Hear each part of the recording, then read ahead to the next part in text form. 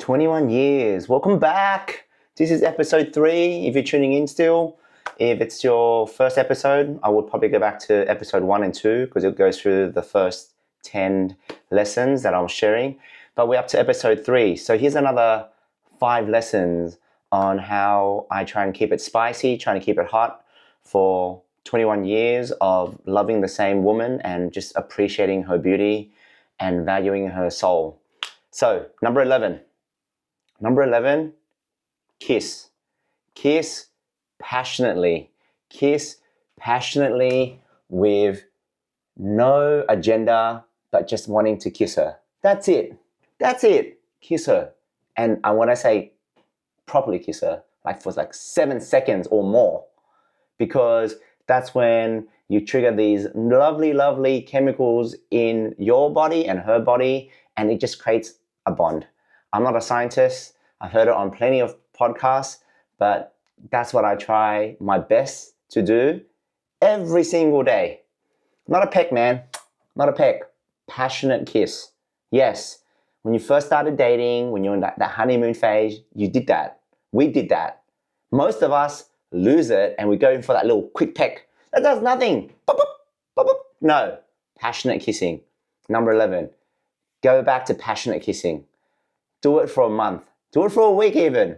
Just try it. Try it for no agenda, not getting her into bed or whatever. Okay? Passionate kissing. Number 11. Number 12. Be so supportive. Be your partner's cheerleader. Be their number one fan. That's what everyone wants in this world, is for someone to be cheering them on and supporting them and telling them that they can do it. I remember when my wife, Casey, she went for her first big job interview, and her background is in finance. She went for a job interview with the big 4 accounting firms. She was nervous as hell. And she still remembers till today that I was telling her, you got to go for it. You got to go for it. You got to push yourself. She was one of the top candidates because her grades for uni wasn't that fantastic, but she got a shot. She got her shot. She got an interview. And I said, that's all that matters. When you go in there, you blow them away. And every time she's furthered her career, gone up and up and up, we're here to support her. I'm here to support her, telling her that she's amazing, telling her that she's number one. And she does the same for me in my endeavors. And that's all our partners want, is for us to root for them, because their success is our success. Because when you're a family and you're in a relationship, you are a cohesive unit. That's how I like to view it. We go as one. We go as one. We are aligned on that. So when you have a supportive partner that roots for you, that wants the best, oh man, what a feeling. So support your partner. Yes, tell them that they can do it. Believe in them. Be their coach. Be their therapist. Yes, support your partner. That's number 12. And then that leads on to number 13. I think now that I reflect on all of the struggles that we've had. So one of the biggest struggles that we had during dating was her mum was extremely controlling, to the point where we could not go on holidays together. We could only see each other once a week. And she definitely disapproved of me. I'm a Vietnamese boy from the Bronx of Sydney, which is like Cabramatta. Cabramatta is, if you look at back in the 90s, was the drug capital of Australia. And that's where I grew up. I grew up in the hood. And she was dating a boy from a background that her mum doesn't approve, didn't have a university degree, grew up in Cabramatta. Those are all like red flags to a mama. And she just hated our relationship. She made the relationship as challenging as possible. And my wife, she struggled. She struggled in the beginning, of course, with all that pressure that comes from your mom saying that, no, you shouldn't date the guy, he's no good. And she had to fight the battles at home for our relationship. And on the other end, there's my mom doing the same thing. in her sort of mannerism, she's no good for you, she's too soft, she's not that great looking, blah blah blah, mums. And we were fighting these battles, but the whole time we knew, and we kept open communication, that we wanted to be together, that we wanted to work this out. So when you go through so many battles, you go through so many struggles, even after we got married, that didn't change things for a long, long time. But yeah, those struggles really, really makes us appreciate the relationship. We're so grateful. I'm so grateful. That's why I probably practice gratitude even more so, because those were hard years. Now that we look back and we have 2 children and a beautiful home and all that sort of stuff, yeah, fantastic. But those years, those hard years really fortified our relationship. It's like when they say iron strikes iron, it makes iron even stronger. Well, that's us. Those struggles that we went through together as a couple basically made us who we are today as a unit. We are aligned, we are strong, and we go forth into the present and into the future aligned, because we've had to go through so much. Anyways, that's number 13. Number 14, something a bit more spicy. Good sex. Yes, good sex. And when you get into your 40s, your 30s and your 40s, pretty much you've been together with someone with 21 years. They know all your tricks, man. They know all your tricks. There's nothing that's new. And of course, you can add a bit more spice here and there, but they know all your tricks. So how do you have amazing, great sex? Fuck, you got to think about it. You got to actually put in the work. And the first thing that I highly recommend all guys do is fucking be a giver in the bed.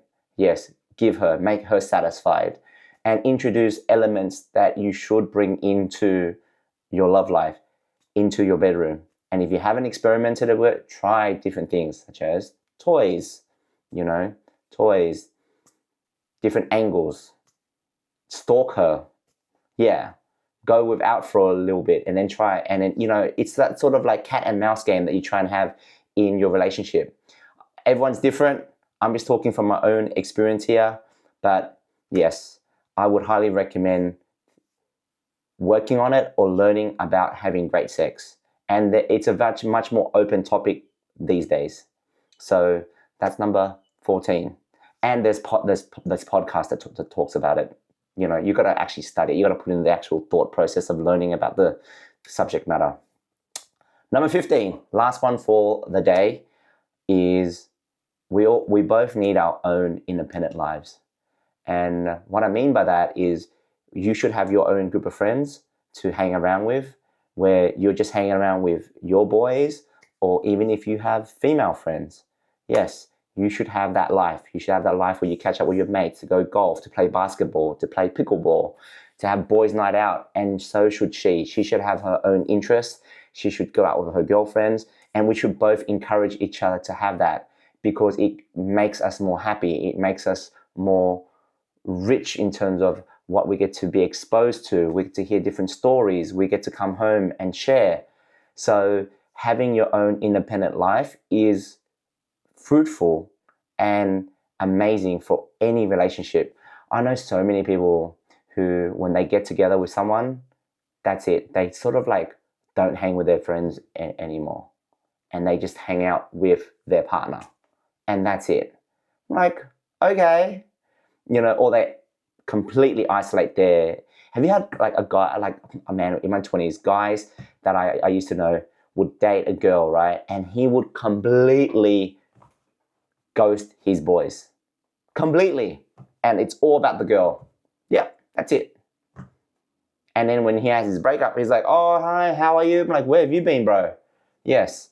So don't be one of those guys. Anyway, that's just my opinion. That's number 15. Your own independence from each other. But yeah, that's it. So, number 11, kiss. Kiss passionately. For no other reason but to kiss her, to smell her, to enjoy those beautiful lips. Kiss passionately. 12, support each other. Really, support each other, root for each other's successes. Because If you're successful, is she successful? The family is successful. The relationship is successful. Number 13, the struggles. The struggles are what makes it all worth it. Yes, it's the pursuit that is the happiness. It's not the happiness of the pursuit. It's the pursuit that is the happiness. The pursuit of wanting it to work. The pursuit of wanting it to, of loving someone, of fighting for someone. Number 14, great sex. If you don't know how to have great sex, look, I'm not a sex therapist or anything. Time to get studying and to understand the female anatomy. And number 15, have your own social life from each other. These things I've seen have helped conjure a beautiful relationship with my wife. And I still feel like 21 years, we're still in our honeymoon phase. No lie. But that is for episode number 3. And tomorrow will be the final episode. And that will be a spicy one.